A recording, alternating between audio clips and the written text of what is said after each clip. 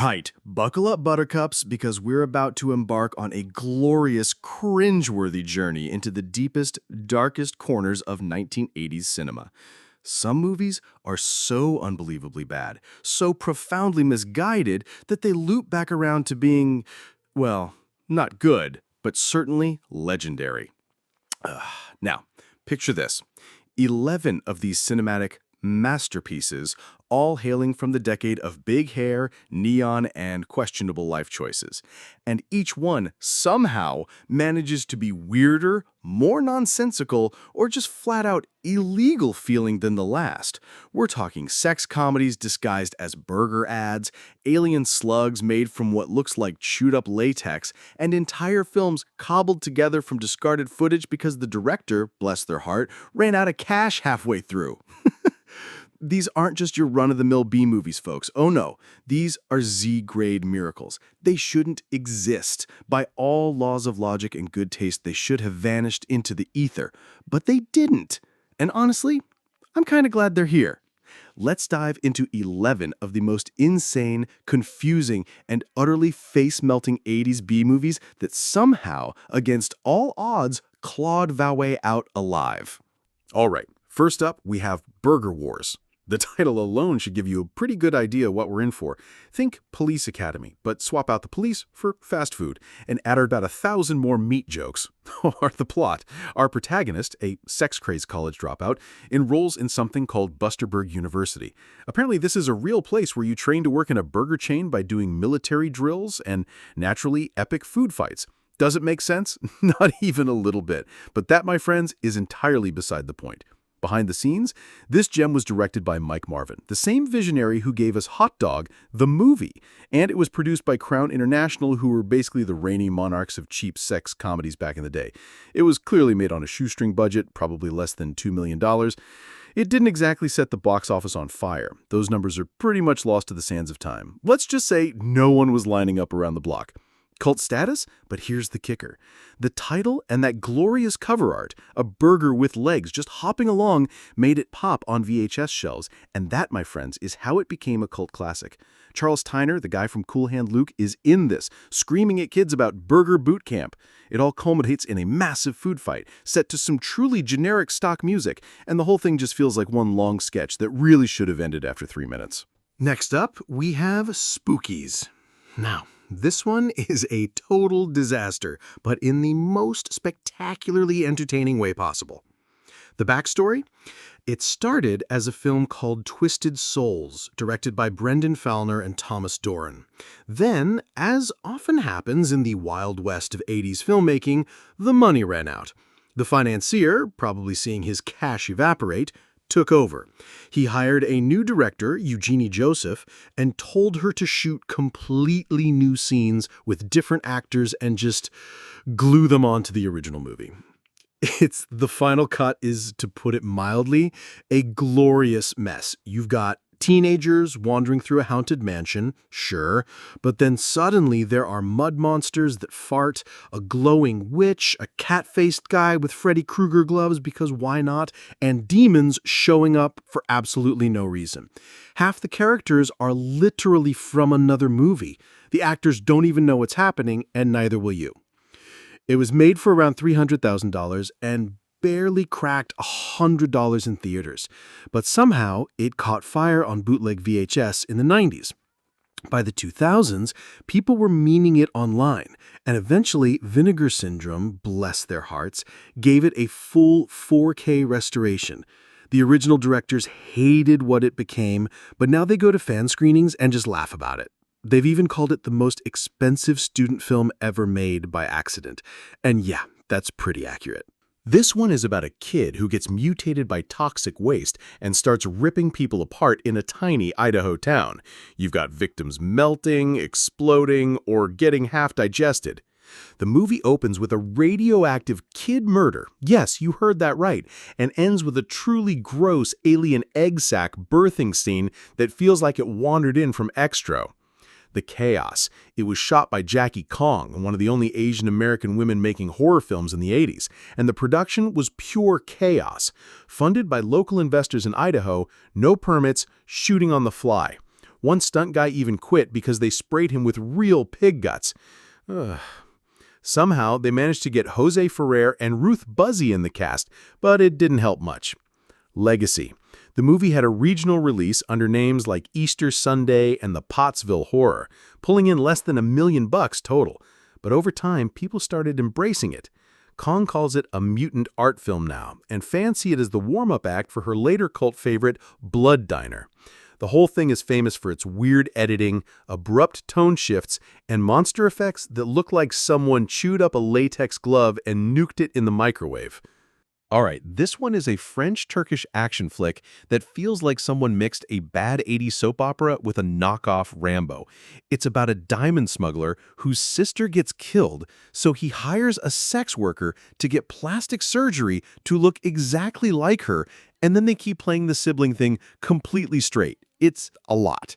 Questionable origins. The director, Jean-Marie Pillardi, had mostly made softcore adult films before this. Somehow, he got funding from what was reportedly arms dealer money. Locations were apparently arranged through real black market connections, and the diamond mine in the movie, that was an actual working mine.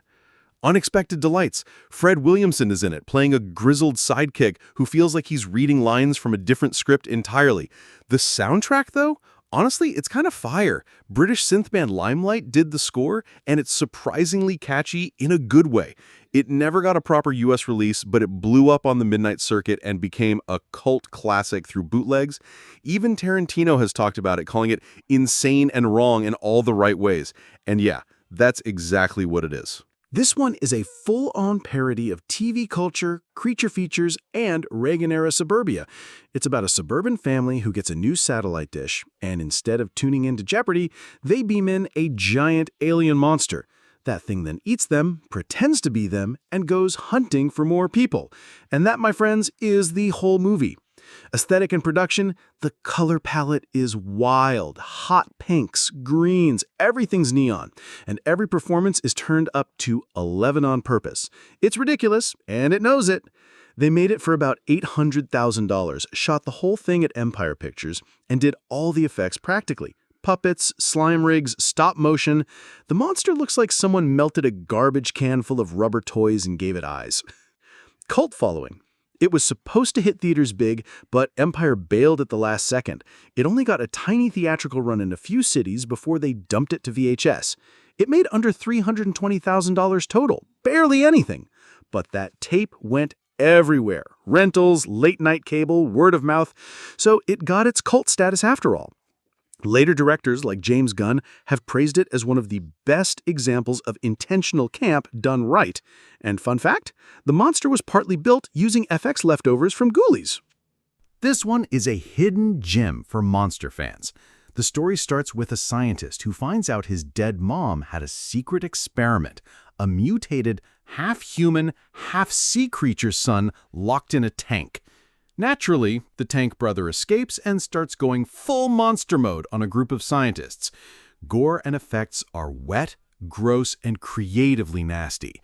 There are tentacles, sticky transformations, and a totally deranged birthing scene that looks like Alien meets a biology class horror film. They made it independently for $2.5 million, and most of that went straight into the creature effects. It shows. It's all animatronics, rubber suits, old-school practical work, and it holds up shockingly well. But the movie got buried. No real wide release, distribution was a mess, and parts of the original negative were missing for years. It only existed as sketchy bootlegs or grainy TV rips. It finally got a proper 4K restoration and an official release in 2021, and since then, effects artists and horror fans have been bringing it back into the conversation. It's one of those flicks that deserved way more love than it got. This one goes by two names, Hospital Massacre or X-Ray. And yeah, it's exactly what it sounds like. It opens with a Valentine's Day murder by this super creepy kid and then skips ahead years later. Barbie Benton, the former Playboy model, plays a woman who goes to the hospital for test results and ends up locked inside with a bunch of dead bodies and masked doctors. And one of them is clearly a killer. Production and controversy. This was produced by Golan and Globus, the Cannon Films guys, and directed by Boaz Davidson. It was originally called Be My Valentine or Else, and apparently had way more nudity in the first script. They dialed it back to get it released, but it still feels like a sleazy slasher set in the hospital. They shot it in 18 days on less than $1 million, and most of it was filmed in an actual abandoned hospital wing to save on building some sets. VHS fame. It became a cult classic on VHS, and Barbie Benton helped with that a lot. She was already a B-movie icon. The UK even put it on their infamous Video Nasties list, even though it's not even that violent compared to other stuff from the same era. Night Beast is what happens when you mix aliens, laser rifles, and DIY filmmaking on a 14-grand budget. An alien crash lands in Maryland and starts disintegrating random locals. The sheriff rounds up his tiny team to fight back, and things spiral into full-blown chaos. Love triangles, shootouts, people just getting vaporized left and right. Indie Spirit, this was directed by Don Dohler, a total local legend. He made it with his friends, neighborhood actors, and actual police from the area. The alien suits started melting under the lights, scenes were rewritten on the fly when actors didn't show up, and the laser effects were made by a teenage J.J. Abrams way before he got famous. Abrams got paid $400 to handle the visuals and score. The effects were all handmade. Latex masks, mini explosions, tinfoil spaceships. It's incredibly scrappy, but also weirdly charming. Cult classic, it didn't hit big in theaters, but on VHS, it became a fan favorite. Even Tarantino later said it was one of his go-to midnight movies. This one kicks off with a meteor crashing and unleashing a giant slug alien. It burrows into a basement and starts chomping its way through a house full of people. The creature is wild, like a foam rubber lamprey with 3 jaws, and it was built in a garage in New Jersey using rubber cement, wires, and whatever else they had lying around. They shot the movie for around $25,000. Resourceful filmmaking, no real actors, just locals, no lighting rigs either. They used mirrors and aluminum foil to bounce sunlight into the basement scenes. For gore, it's cow intestines and buckets of fake blood, literally pumped by hand. But here's the thing, it worked!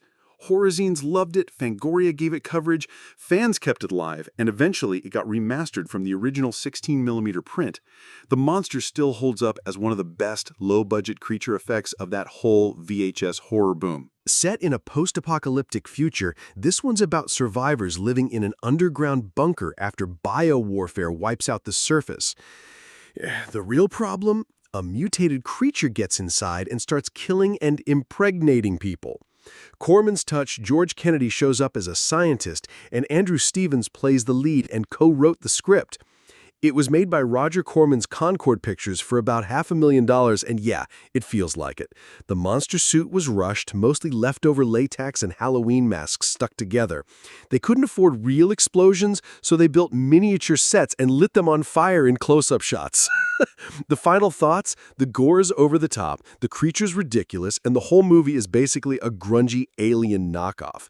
But it has its moments. It did okay on home video, especially overseas, and they even made a sequel in 1991 that Stevens directed himself. All right, for our grand finale, a true titan of unintentional comedy and robot mayhem, Chopping Mall. Oh, this film delivers exactly what the title promises, and then some. The concept. Imagine a group of horny teenagers who decide to throw an after-hours party in a furniture store at a high-tech shopping mall. Sounds innocent enough, right?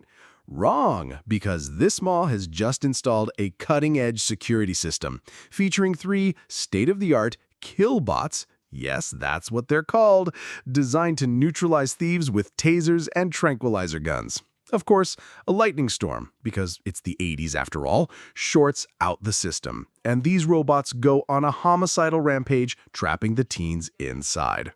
Production value, or lack thereof, this gem was directed by Jim Wynorski, another master of low-budget exploitation. It was made for around $800,000, which even in 1986 was pretty tight. The robots themselves are a masterpiece of practical effects on a shoestring budget. Clunky, tank-like machines with glowing red eyes and a surprisingly effective laser. They look like they were built from spare parts and old vacuum cleaners, and that's part of their charm. Why it's a cult classic? Chopping Mall didn't exactly break box office records, but it found its true calling on VHS. It's a glorious time capsule of 80s mall culture, with big hair, neon fashion, and questionable dialogue. It features a fantastic cult cast, including Kelly Maroney, Knight of the Comet, Barbara Crampton, Reanimator, and even cameos from B-movie legends like Dick Miller and Paula Bartel. The kills are creative, often involving the killbot's lasers, leading to some truly memorable and hilariously fake exploding heads. It's ridiculous, it knows it's ridiculous, and it revels in that ridiculousness. It's the perfect blend of horror and sci-fi camp, a testament to the fact that sometimes all you need is a silly premise and a lot of heart, and maybe a few exploding heads to create a lasting cult hit. So there you have it, folks. 11 glorious, ridiculous, and undeniably entertaining B-movies from the 1980s that should probably not exist, but somehow wonderfully do. To bad movies, good times, and the everlasting magic of VHS. Do any of these particular films tickle your fancy, or perhaps remind you of other cinematic oddities?